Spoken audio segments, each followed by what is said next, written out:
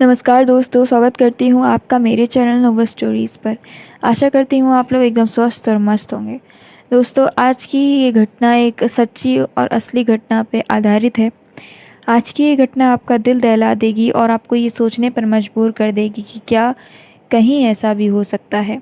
तो जी हाँ दोस्तों, चलिए शुरू करते हैं इस घटना के बारे में। उससे पहले मैं आपसे विनती करती हूँ कि आप मेरे चैनल को लाइक एंड सब्सक्राइब कर दें, जिससे मुझे पता चलता रहे कि आपको मेरी वीडियोस पसंद आती हैं। चलिए शुरू करते हैं। दोस्तों, ये घटना है पलिहार की। पलिहार में दोस्तों एक छोटा सा गांव था।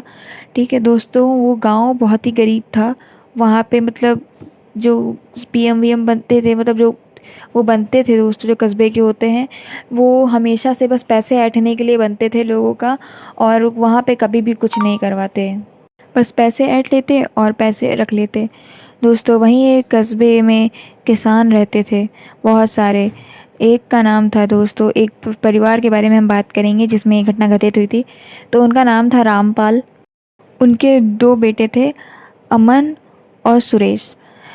अमन जो था दोस्तों वो छोटा बेटा था और सुरेश बड़ा बेटा था।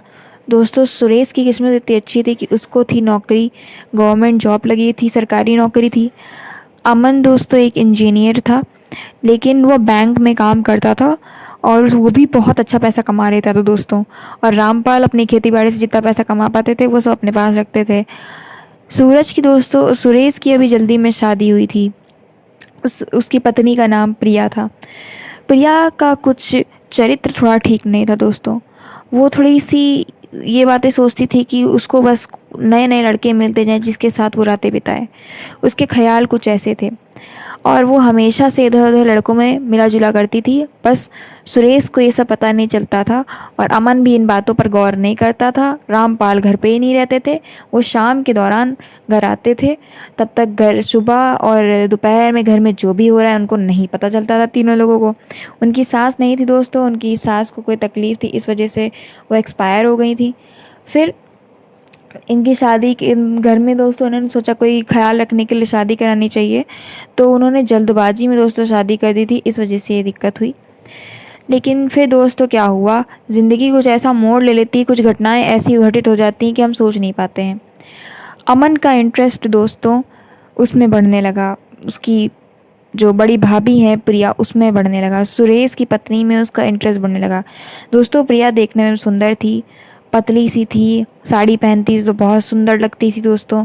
और शक्ल से भोली लगती थी पर अंदर से उतनी ही ख़राब थी। वो हमेशा अपने मन की बातें मन में ही रखती थी, अपनी बातें दबाती थी लेकिन किसी को बताती नहीं थी। और अमन को भी वो पसंद करती थी दोस्तों, लेकिन सुरेश के लिए वो लॉयल रहती थी। वो इधर उधर सबसे बातें करती लेकिन सुरेश के अलावा किसी और को नहीं देखती। अब क्या हुआ दोस्तों, एक दिन किचन में थी दोस्तों, सुबह का टाइम था, सुरेश सो रहा था और उनके जो ससुर थे वो उसमें जो उन्होंने बिछाई थी, धान बिछाए थे, उस पर पानी छोड़ने के लिए जल्दी घर से निकल गए। अमन उठ गया था दोस्तों क्योंकि उसको नौकरी पर जाना था। सुरेश की छुट्टी थी उस दिन। अमन हमेशा से उसकी इधर उधर घूमता और वो चुपचाप से किचन में चला गया। किचन में गया और उसके पीछे पीछे से उसे पकड़ लिया कसके से। प्रिया देखती है और कहती है कि ये तुम क्या कर रहे हो।